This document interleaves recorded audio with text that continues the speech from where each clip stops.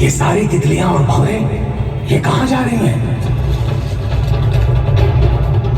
चलो।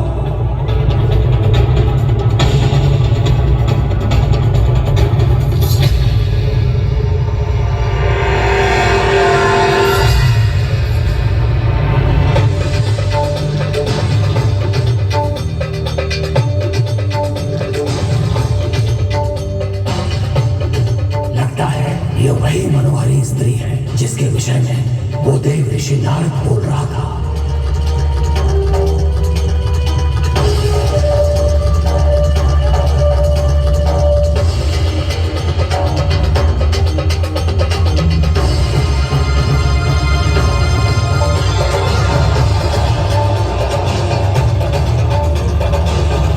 क्या यही है वो सुंदरी? इसी से आ रही है सुगंध।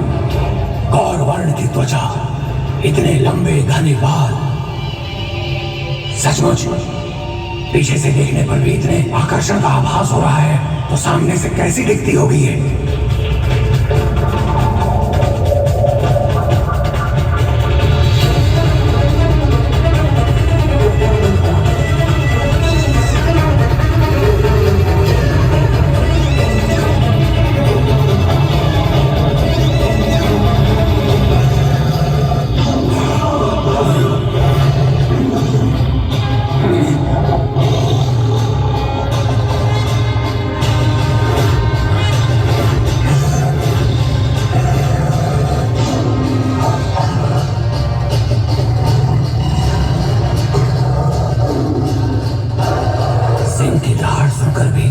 इसने अपने बालों में पुष्प गुथना नहीं छोड़ा।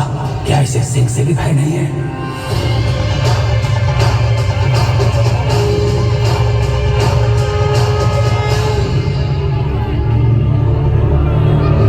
अच्छे बालक ऐसे क्रोध नहीं करते।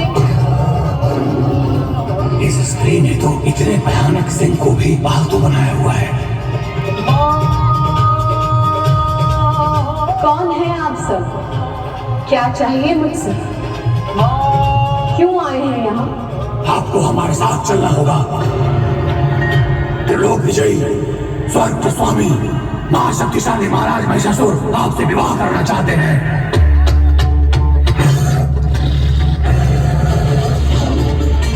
महिषासुर? ये कौन है?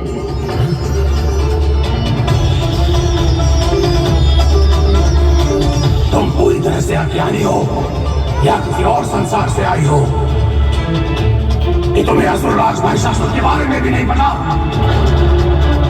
उनका नाम सुनते ही तो बड़ी बड़ी राजकुमारियां भी भय से कांप उठती हैं। इतने पराक्रमी है वो कि उन्होंने स्वयं नारायण को भी पराजित कर दिया है।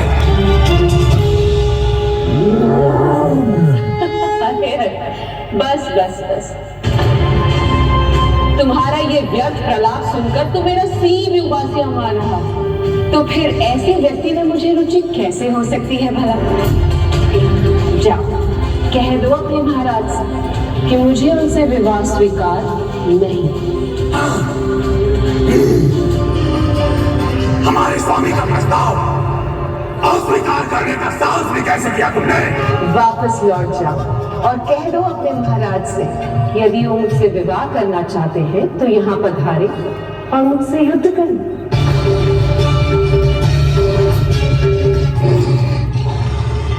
साधारण स्त्री हो तुमसे युद्ध करने के लिए हमारे स्वामी को आने की आवश्यकता नहीं है। उसके लिए मैं ही पर्याप्त हूँ। और मुझे तुमसे युद्ध करने की आवश्यकता नहीं। तुम्हारे लिए तो मेरा सिंहराज ही पर्याप्त है।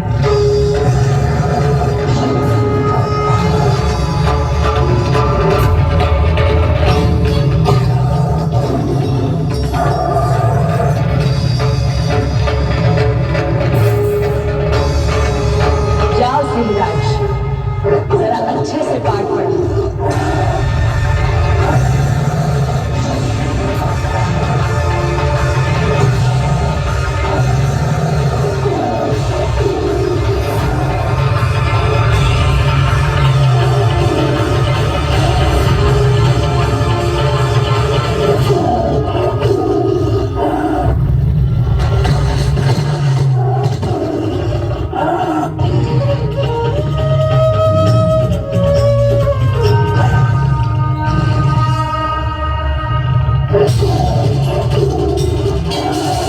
रक्षा कीजिए, रक्षा कीजिए मेरी, रक्षा कीजिए, रक्षा कीजिए। ठहरो सिराज।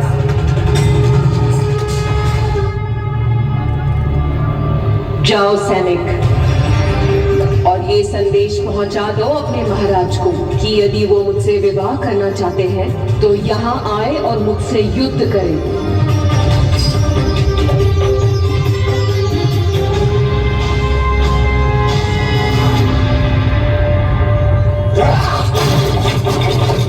हम एक साधारण स्त्री से पराजित होकर नहीं, बल्कि उसके पालतू पशु से भी पराजित होकर आए हो, और तुम्हारा इतना दुस्साहस कि तुम मुझे सुझाव दो कि मैं स्वयं जाकर उससे युद्ध करूं। मूर्ख हो तुम। युद्ध अपने समान शक्तिशाली से किया जाता है, न कि कोई दुर्बल अबला नारी से, और जिसमें इतनी साधारण समझ ना हो वो मेरी सेना में रहने योग्य नहीं।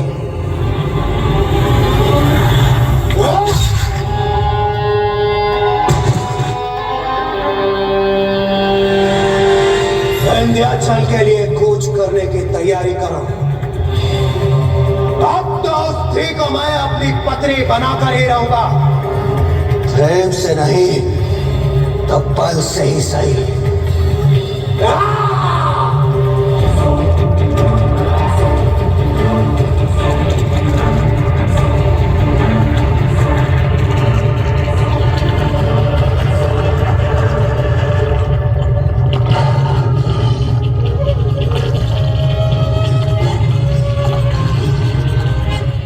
मैंने सुना था कि तुम अत्यंत सुंदर हो।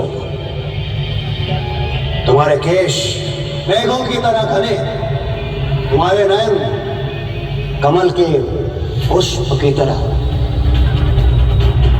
और सौंदर्य से परिपूर्ण तुम्हारा ये तन सुकोमल केले के वृक्ष की तरह। सत्य कहूं तो मेरे हृदय में जो तुम्हारे सौंदर्य की कल्पना की छवि थी,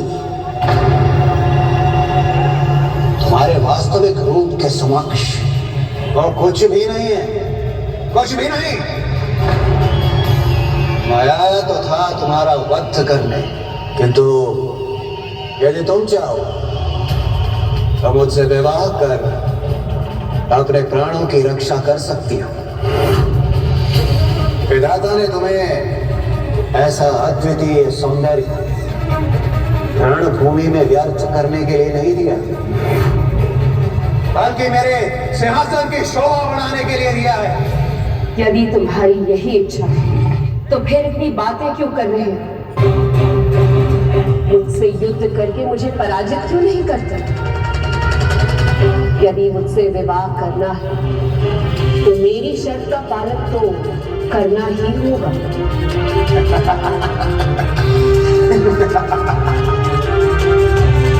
कोमल पुष्प अग्नि से भिड़ा नहीं करते सुंदरी।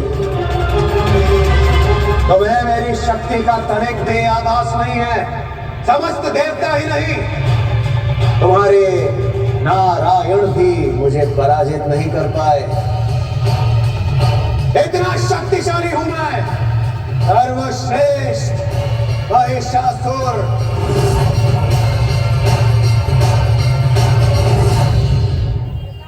तो फिर अपनी शक्ति का अनुचित प्रयोग क्यों करता है तू? क्यों स्त्रियों का हरण करता है, उन्हें सताता है और फिर उनके साथ दुराचार करता है?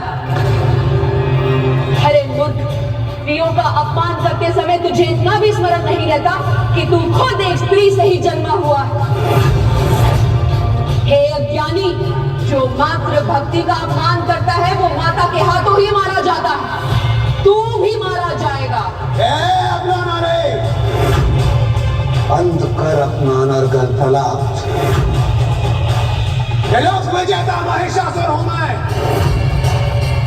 यदि तुम ठीक से नहीं मानी तो इन्हीं सुंदर केशों से घसीट कर ले जाऊंगा तुझे मैं यहां से।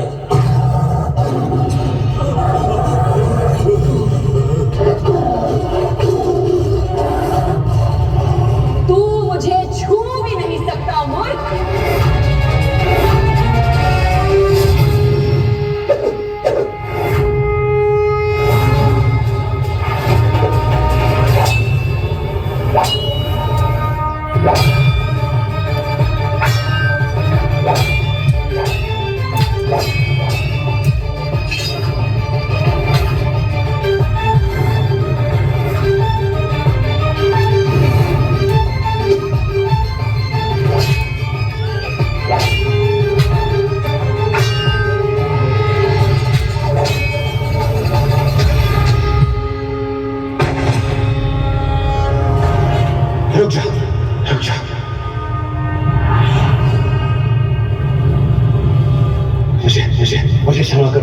क्षमा कर दो मुझे देवी, मुझे क्षमा कर दो।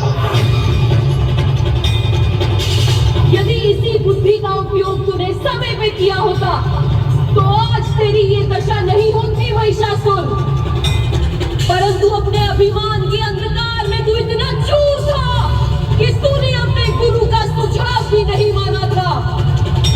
और अब बहुत देर हो चुकी है, तेरे पाप क्षमा करने योग्य नहीं है।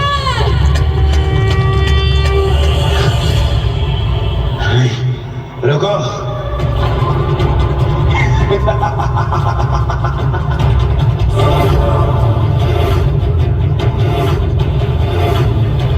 नहीं मार सकती आप मुझे ब्रह्मदेव का वरदान प्राप्त है। कोई नहीं मार सकता मुझे।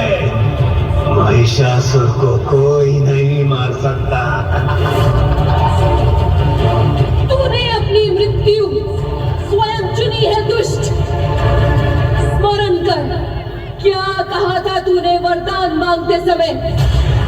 आज मृत्यु के भय से तू क्षमा मांग रहा है, पर तुझ जैसे घनघोर पापी को क्षमा करना मेरे अन्य संतानों के साथ अत्याचार करना होगा। और मैं उनके साथ अत्याचार नहीं करूंगी, मैं करूंगी